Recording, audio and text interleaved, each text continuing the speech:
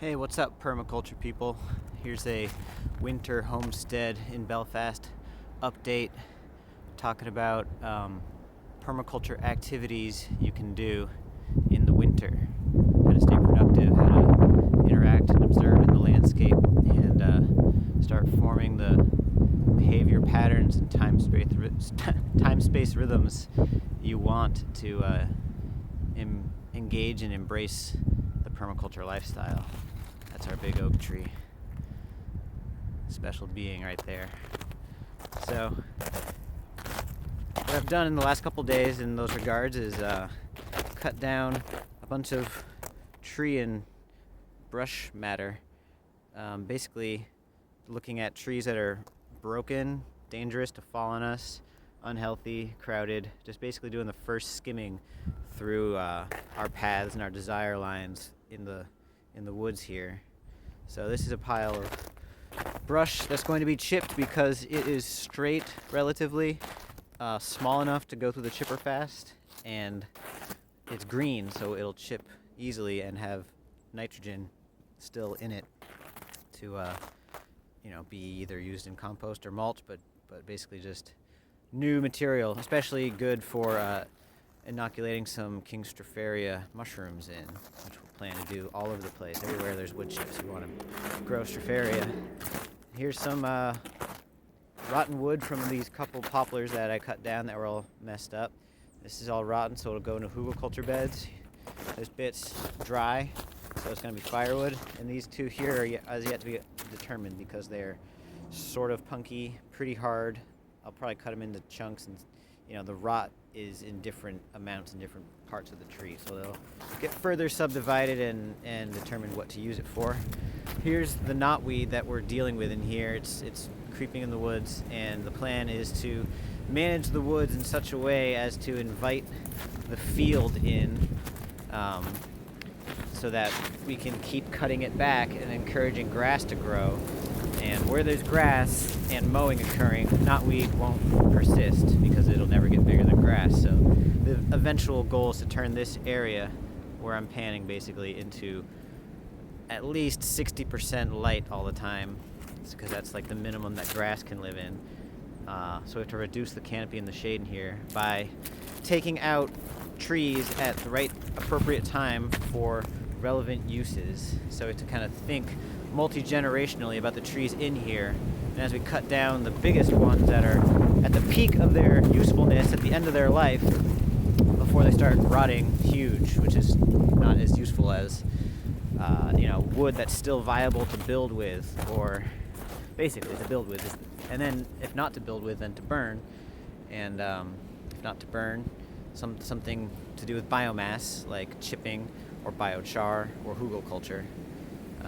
And in between those things, it has usefulness for outdoor construction type things like these posts and beams and poles and bench-shaped pieces of wood that have been produced by this process. So these can be put, they're here now to like organize the wreckage of cutting these trees down. I cut this maple, that's the stump where the water ball is. I cut it down because it was fetched up in trees over here and had this dangerous arch going over where we walk.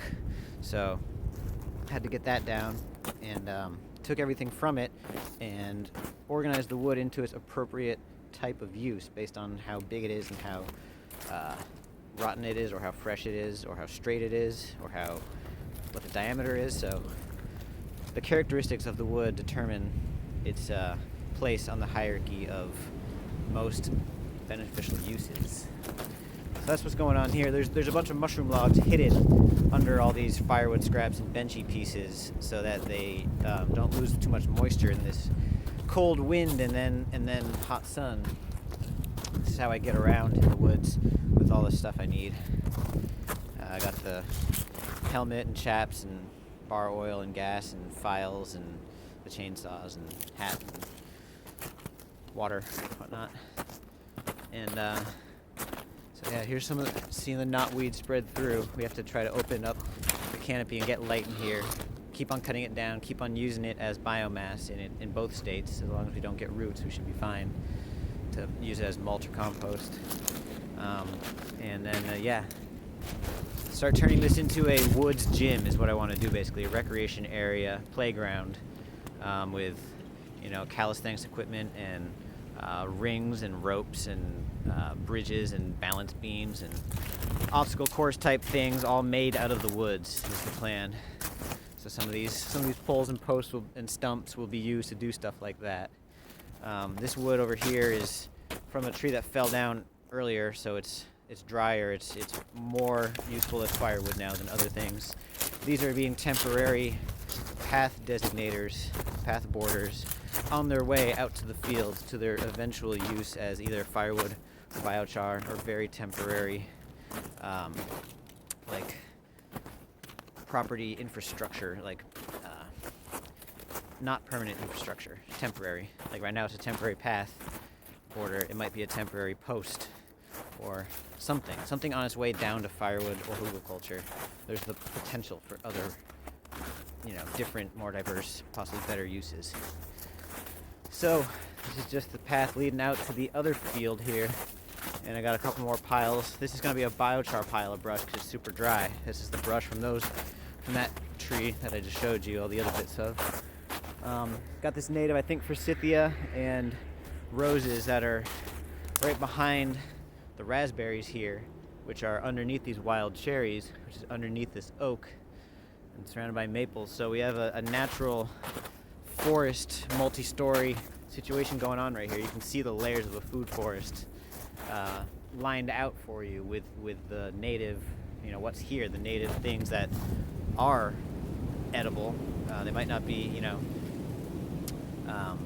specific strains that are like super high yielding or delicious, but we did eat some, so we can encourage the growth of these raspberries and increase the access to them by cutting this forsythia and rose that's under the cherry, which we would also like to get to, so we could graft cultivars onto this cherry for better cherries, because it's just a wild cherry, but it's here. It's part of this multi-story, multi-canopy food forest, or forest to be converted into food forest edge. So we can do some of that here, but then we want to get in there and start cutting down the trees we don't want, or that we do want for specific uses, and leave trees intended to take over or be foundational in the organization of a silvo recreation, field extension, edge blurring type of process. So there you go. That's what's going on. Those are just some ideas, some concepts and practices of permaculture, life way, time-space rhythms to contribute your part to the creation of a most excellent reality. So that's the name of the game. So keep it up out there. Spring is on its way.